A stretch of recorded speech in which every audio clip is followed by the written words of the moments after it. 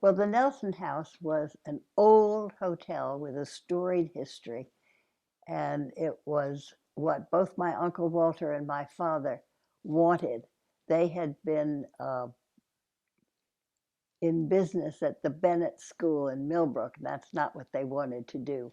They begged, borrowed, and stole money from anyone that would give it to them and were able to buy the Nelson House. It was, as I said, an old hotel.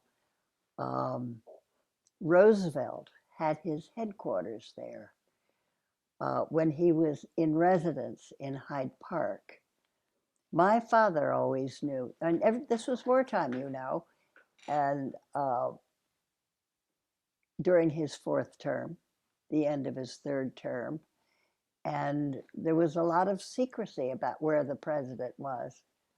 But my father always knew because his Secret Service and his telephone operations were all installed in the Nelson House. He gave speeches from the portico. Uh,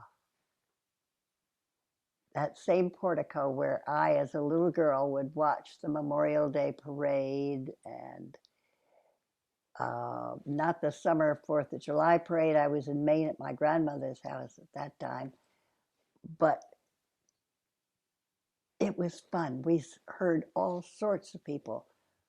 I heard Thomas Dewey give a speech from there as a little girl. Um, it was fun. It was a multitude of operations. It was like a little village. It had a formal dining room. It had a coffee shop. It had a barber. It had a ladies' hairdressing salon. It had the Ruth Booth sportswear store. It had everything a traveling person could possibly want. And I had a ball there. I used to climb right up over the reception desk and sit in the lap of the telephone operator, and she let me pull those plugs and put them back in when I was a little girl, and then ring the bell, which would ring the phone in a guest's bedroom. I thought that was about the most exciting thing I could do. We also had one permanent resident of the Nelson House, Mrs. Britton. She lived in a 2-bedroom apartment on the 5th floor, and I very often had my Sunday dinner with her. My whole family descended on the Nelson House for Sunday dinner because that's where the men were. And our purpose in going was so that my father could be with my mother and the rest of us. And we'd go down there and fidget away at the tables and have our manners drilled into us and learn to eat everything under the sun.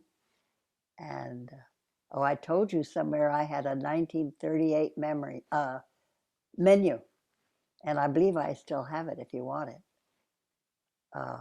You can't keep it, but you can take a picture of it.